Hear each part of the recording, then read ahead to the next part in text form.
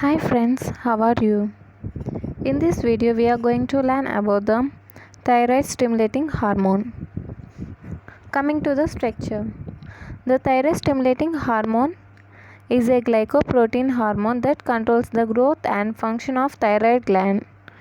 It mainly controls the secretion of thyroid hormones, especially T4 and T3. It has two subunits, alpha and beta.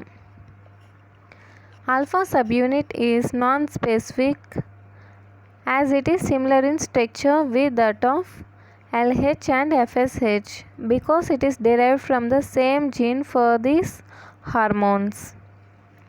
Once again I am repeating, alpha subunit is not specific. Which one? Alpha subunit, not specific, because it is similar in structure with that of luteinizing hormone and follicular stimulating hormone. Why these are similar? Because they are derived from the same gene. Okay, it contains the 96 amino acids. The beta subunit contains 110 amino acids and provides specificity to thyroid stimulating hormone. The molecular weight of thyroid stimulating hormone is 28,000 daltons.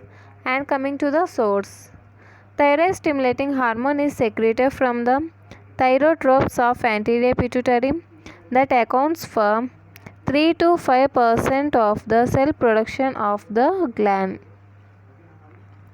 These cells develop at about 13 weeks of gestation. Fetal thyroid gland starts secreting hormone in response to thyroid stimulating hormone almost during the same time in pregnancy.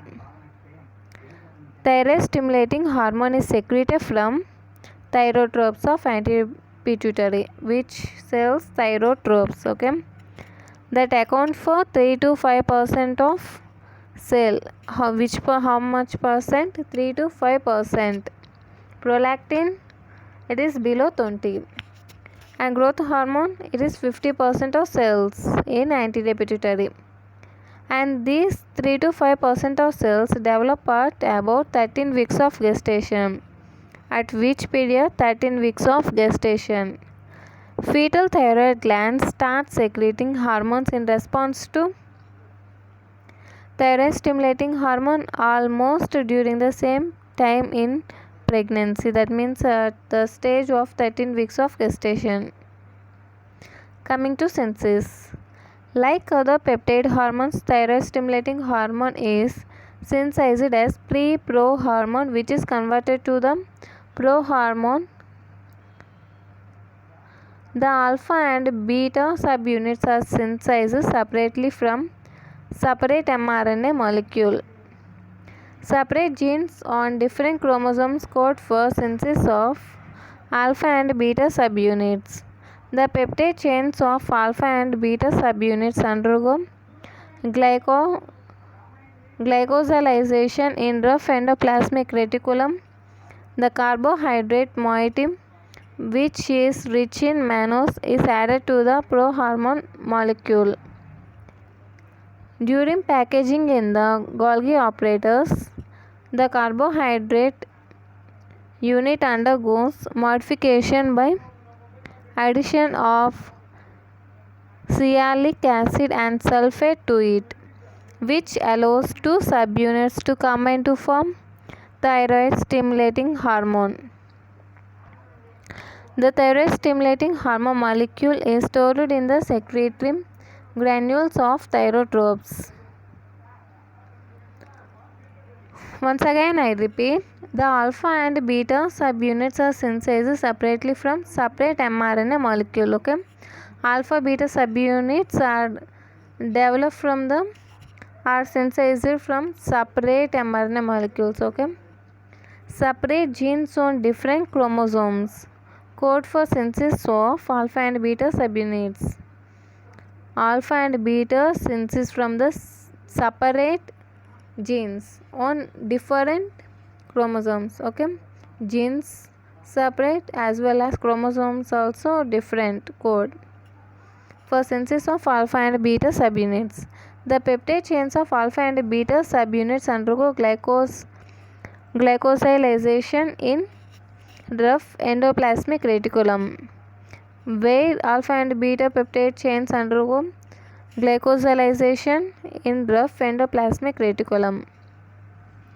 The carbohydrate moiety, which is rich in mannose, is added to the prohormone. The carbohydrate moiety, which is rich in, that is mannose, is added to the prohormone. During packaging in the Golgi apparatus, the carbohydrate unit undergoes modification by addition of sialic acid and sulfate to it, which allows two subunits to combine to form the thyroid stimulating hormone.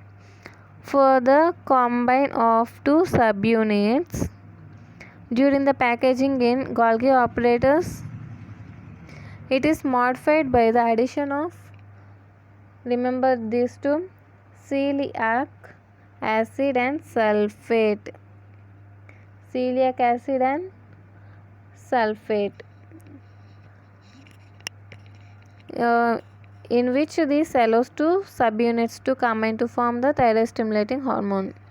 And thyroid stimulating hormone molecule is synthesized and stored in the secretory granules of thyrotropes. And the thyrotropes normally synthesize more alpha subunits than beta subunits. More alpha subunits are there. Therefore, secretory granules of thyrotropes contain extra alpha subunits along with thyroid stimulating hormone, which is released into circulation along with the hormone at the time of secretion. Okay, regulation of secretion.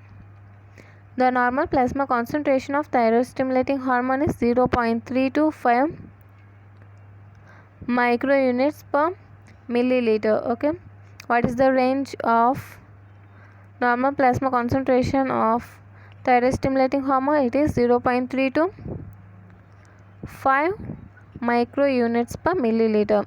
Don't forget the units. The secretion of thyroid stimulating hormone is mainly controlled by two factors. The thyroid releasing hormone secreted from hypothalamus is major stimulant for thyroid stimulating hormone. Somatostatin released from the hypothalamus inhibits thyroid stimulating hormone secretion. The secretion of thyroid releasing hormone is inhibited by T3 and T4 secreted from thyroid gland by negative feedback mechanism. Dopamine, another hypothalamic hormone, also inhibits the thyroid stimulating hormone TRH, that is thyroid releasing hormone, inhibited by T3 and T4 by negative feedback mechanism. And coming to the dopamine, it acts on and it inhibits the thyroid stimulating hormone.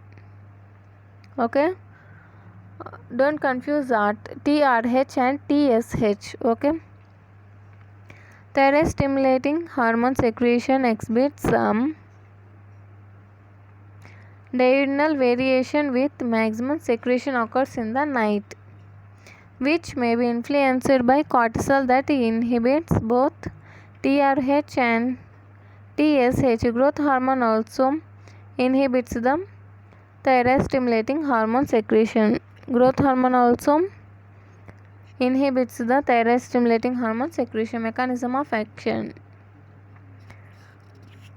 Thyroid stimulating hormone exerts its effects on thyroid cells by increasing concentration of intracellular cyclic AMP. Functions. Thyroid stimulating hormone promotes growth of thyroid gland and stimulates thyroid hormone synthesis and secretion. Thyroid stimulating hormone acts almost in all the aspects of thyroid hormone synthesis. It facilitates iodine uptake and its organification in the thyroid gland. Iodine trapping is increased in few hours of thyroid stimulating hormone injections. It enhances intermolecular coupling reaction, and thyroglobulin synthesis and secretion into the colloid. It stimulates release of thyroid hormones and iodothyrosins from the gland. It promotes endocytosis of colloid. It increases blood flow to the thyroid gland. It causes growth and hypertrophy of thyroid gland. Coming to the applied physiology. Decreases secretion of thyroid stimulating hormone due to pituitary diseases results in thyroid atrophy and decreases secretion of thyroid hormone, secondary hypothyroidism or hypopituitary hypothyroidism, chronic increase in thyroid stimulating hormone secretion results in hypertrophy of thyroid gland called goiter. Increase in thyroid stimulator hormone causes the goiter. Decrease in secretion of thyroid stimulating hormone due to pituitary diseases results in thyroid atrophy and decreased secretion of thyroid hormones.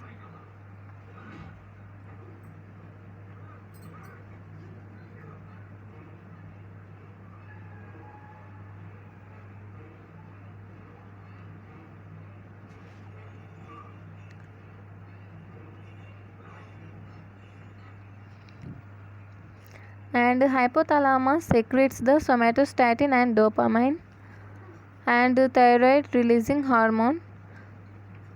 Somatostatin and dopamine has inhibits the anterior pituitary thyrotropins,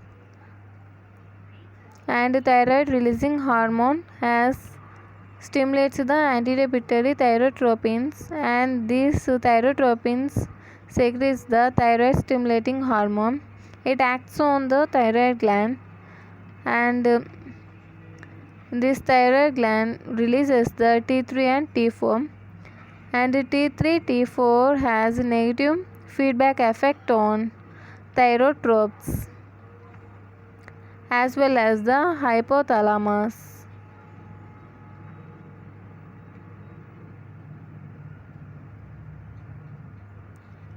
To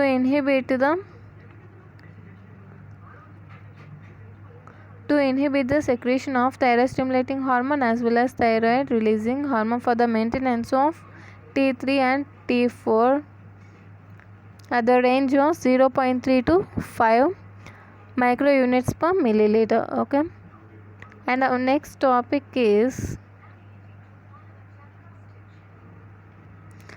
adrenocorticotropic hormone. If you like this video, like, share and subscribe. Thank you.